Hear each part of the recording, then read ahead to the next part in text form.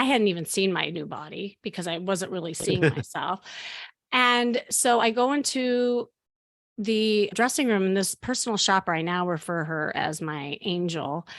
And she says, ma'am, I've been watching you, and I really think you should try this on. And she holds up a red dress that looked like 3 sizes too small. I said, that's really sweet of you, but that's not my size. And that's certainly not my color. And she says, honey, that is your size. That is your color. Right. Try it on. Boom. Like she hit me over the head with that red dress. So I called that moment my red dress moment, because I now use that as a metaphor for everybody who has that like epiphany where they really decide to do something different. How we market ourselves, how we brand ourselves, how we put ourselves out there correlates to how people see us, how people treat us. And that determines like kind of the relationship moving forward. So I just had to get comfortable in that moment being seen.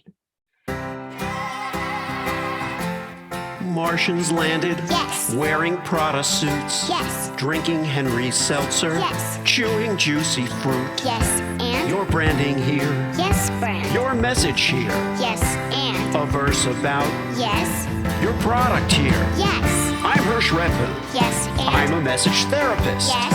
And I have a podcast. Yes, brand. That's right, that's it. Yes. We'll help you fix the world. Yes. Or your bottom line. All right. Your bottom line. Get it. I get it. Welcome to the Yes Brand Podcast.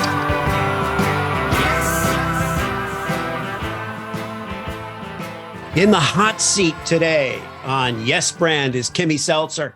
Kimmy is a confidence therapist, an authentic dating strategist, and image expert. She has a vat of knowledge and experience as a therapist, certified style coach, dating coach, and matchmaker. I pulled that directly from her bio so that I could ask her what that of knowledge really consists of. But having gotten to know her a little bit, I can definitely attest to the fact that it is a large amount. It is a great deal of knowledge, a great deal of experience, and a great deal of empathy.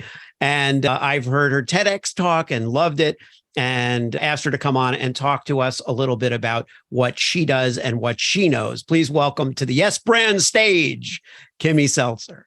Oh, thank you. I feel like there should be that like sound machine, Yes. the crowd going wild.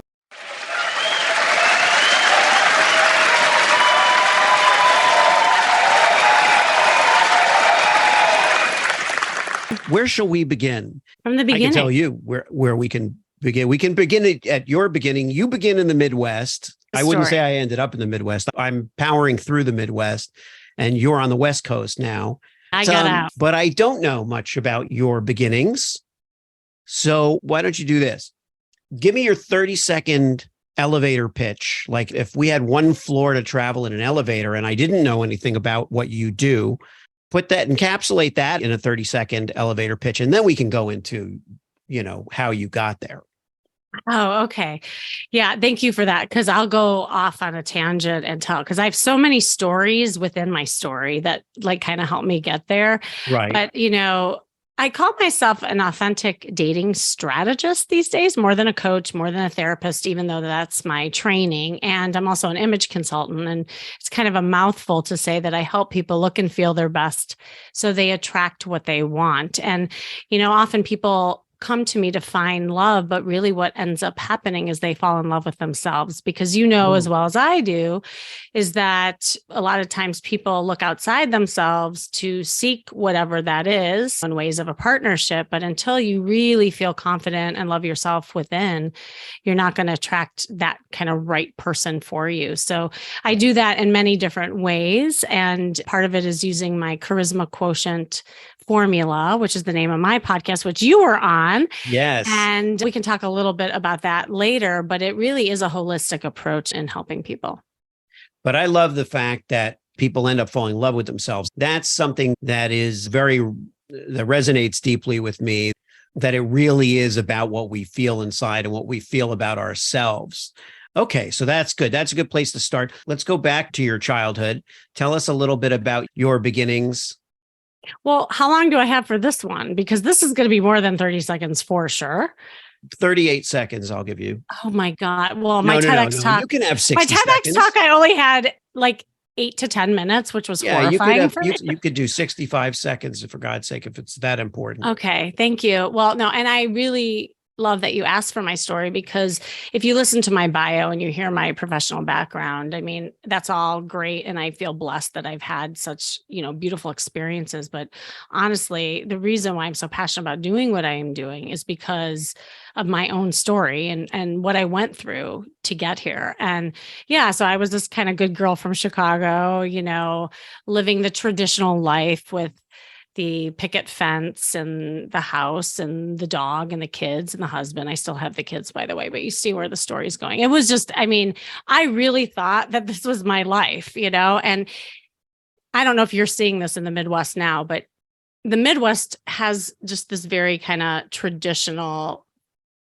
sense of living. And I was doing everything as I was supposed to, in the books. So there I was, and I practiced as a therapist for many years, and I loved it. And I did a lot of like children and family therapy. I did individual, I did drama therapy. Actually, that's where I also did improv, and I started incorporating that.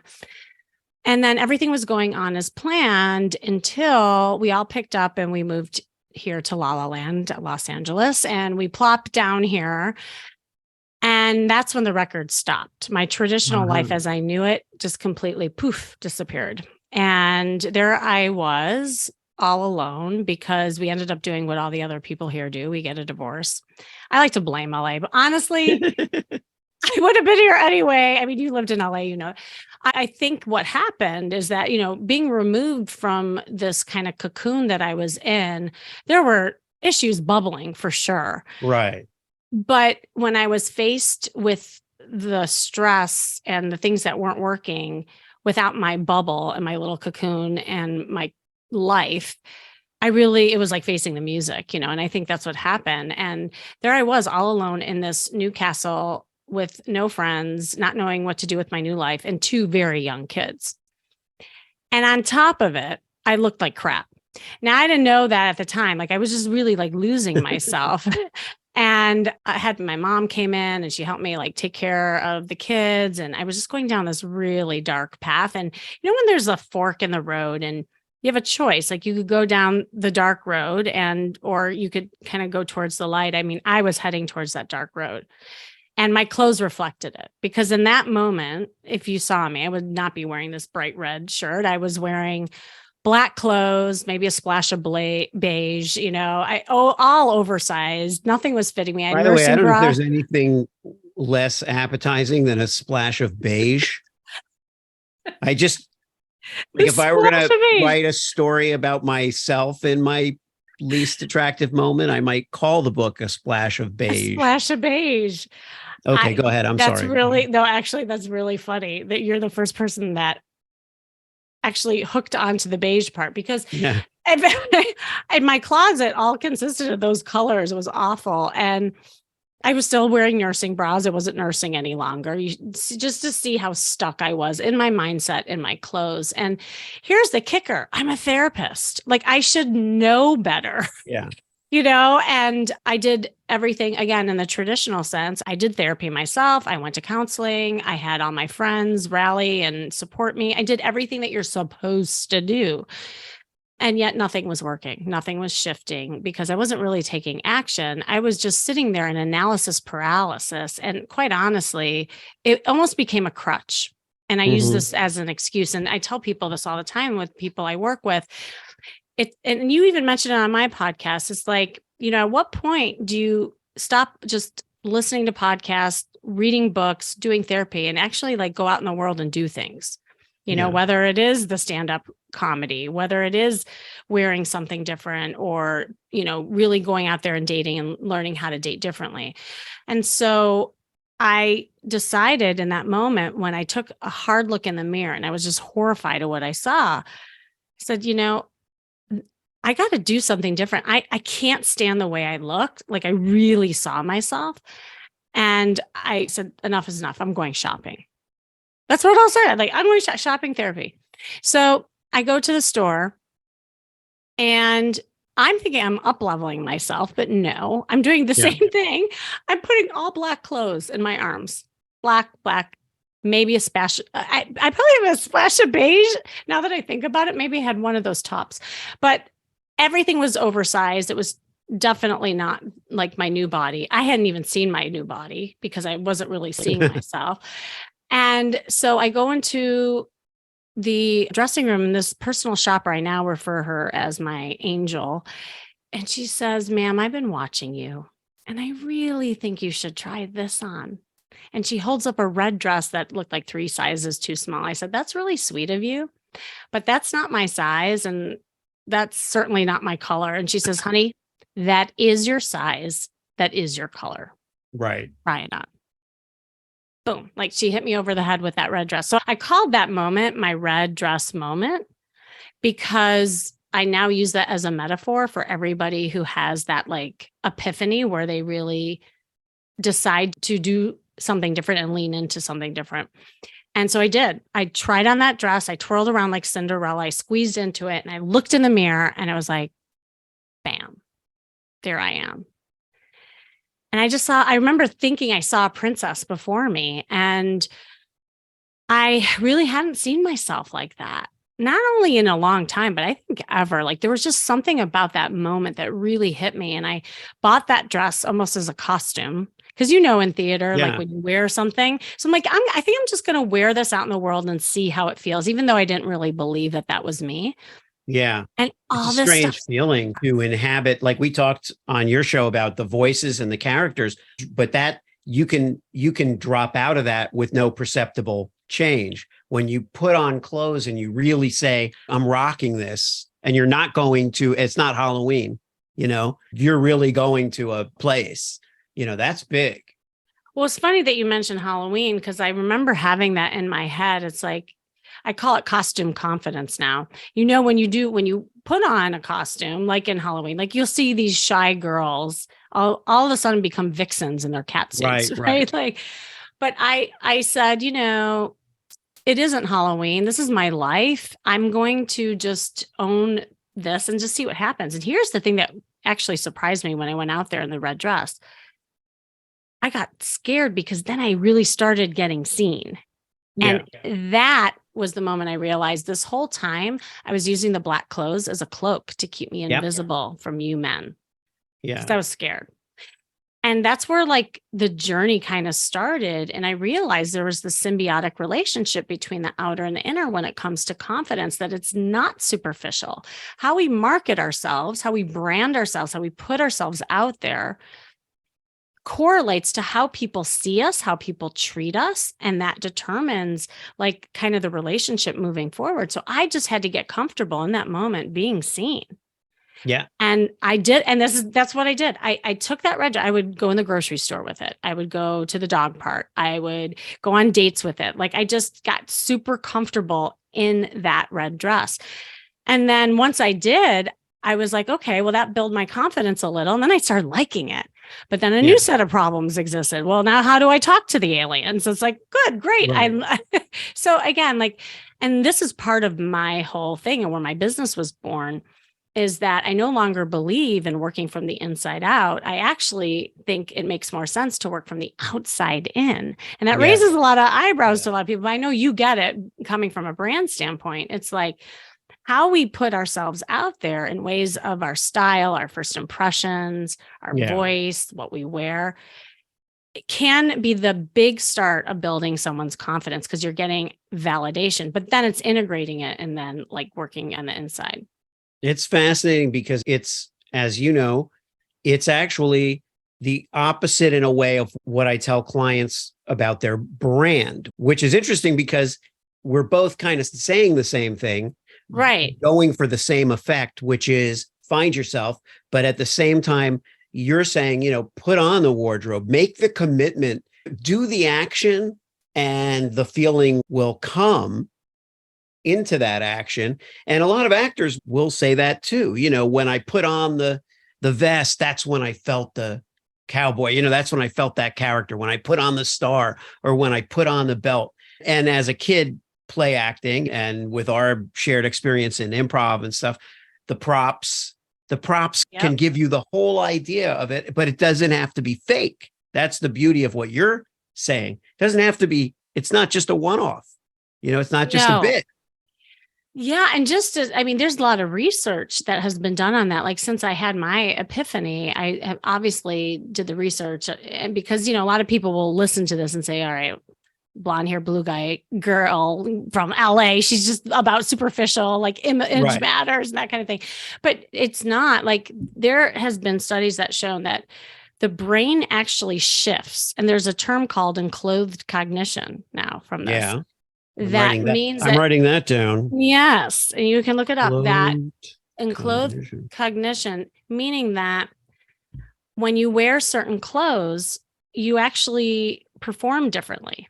That there's chemistry that actually happens as shifts in the brain. And there was a big study that was done where there were two groups of people, and one group was shown as like the doctors, but they weren't really doctors. They were wearing white coats. And then there was another cohort that, I don't know if you've heard about this, that they were doctors, but they weren't wearing the white coat. And yet the ones with the white coat almost outperformed in some of the tasks in the way they were seen, because they were wearing the white coats.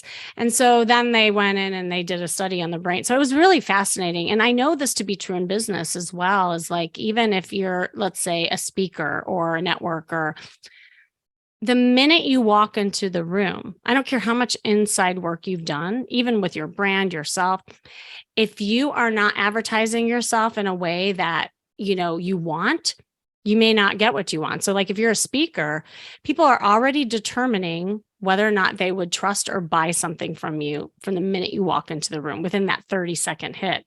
And then if you're wearing something that was sloppy, or you don't look presentable, or, something that you would trust, then it's going to take a long time when you're on stage in order to gain the trust of the audience, whatever the goal that it is. So it does matter, but a lot of the stuff on the inside has to matter too. But to me, it's like, isn't it a beautiful thing knowing that there's something that can happen so fast in ways of building confidence? Because all this other inside job takes a long time. Yeah. And as a therapist, I can say that safely, seeing people shift in one shopping spree where like years of cognitive therapy couldn't touch, like, it's interesting, and that, again, it builds confidence. Well, I would love to go shopping with you. Well, in all seriousness, you see, I'm wearing a black t-shirt now. I don't wear a black t-shirt every day, but I dress pretty conservatively. And there have been times where I haven't. And, and there's times where I've just dressed hipper. And then you feel like that's not necessarily me, but there's some expression out there. And it doesn't have to be over the top, right. But there's a thing that I want to go for, and I just haven't done it. But so let's say someone approaches you and they say that, look, I like myself. I love myself, but I just am not happy with how I present. What's the first thing you attack in that case?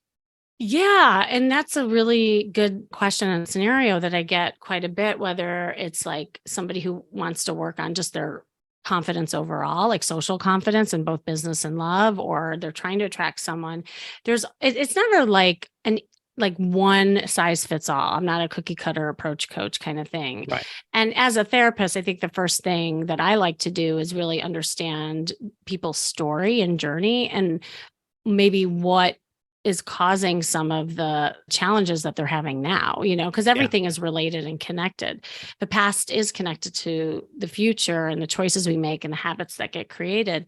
And so if people are not like feeling confident with their image, then it's taking a look at those components of what about their image that they're not feeling comfortable of. Is it like their body that has shifted? And so they're worried about, the clothes and how they fit.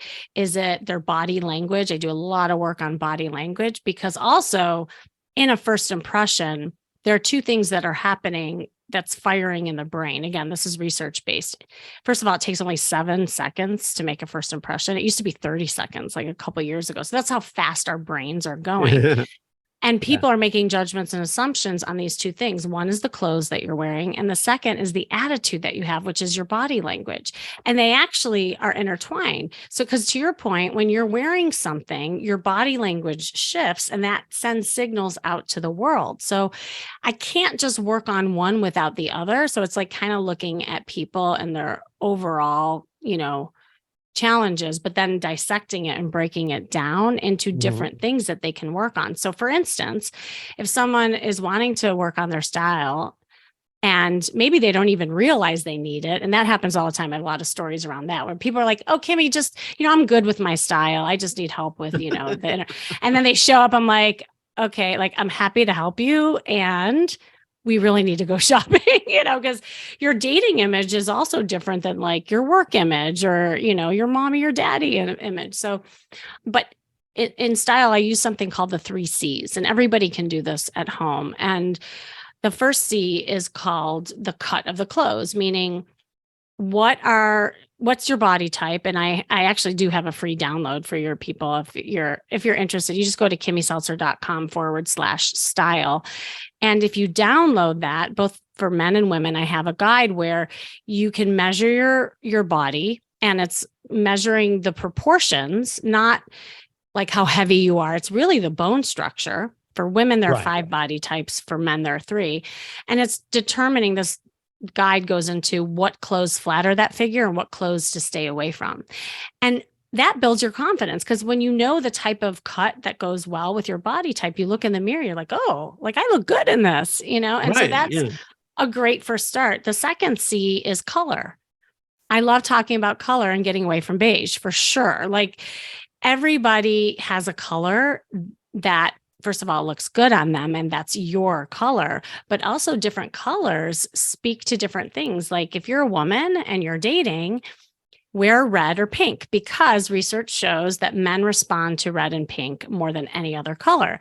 So like strategically in your profile, if you have that as your first picture, you're going to get more clicks on your pictures. Like it's so interesting, all the stuff, how it is intertwined.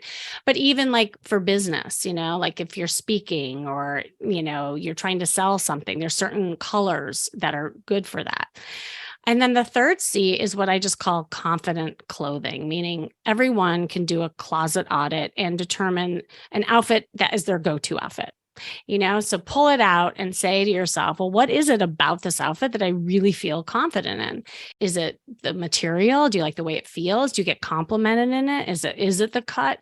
And then from there, just getting more things that build the confidence. Because when you feel good in your clothes, you do move differently, and then people respond to you differently because of that. Okay. Well, there's so much to talk about here, and we are plagued by an out time here that the clock is ticking, but I'm not satisfied to just say, okay, well, we'll just end it right there. We'll end it with that little tidbit. But I do love okay, so we're going to either do this show in 2 parts, or which is possible, and possibly in the second part, maybe we will, via Zoom or whatever, maybe we will go shopping and possibly do a little bit of makeover, a little bit of image work, and some conversation, and talk about how you have taken your own epiphany and turned it into your brand and your personality and your image as a human being, as a woman. Are those things different?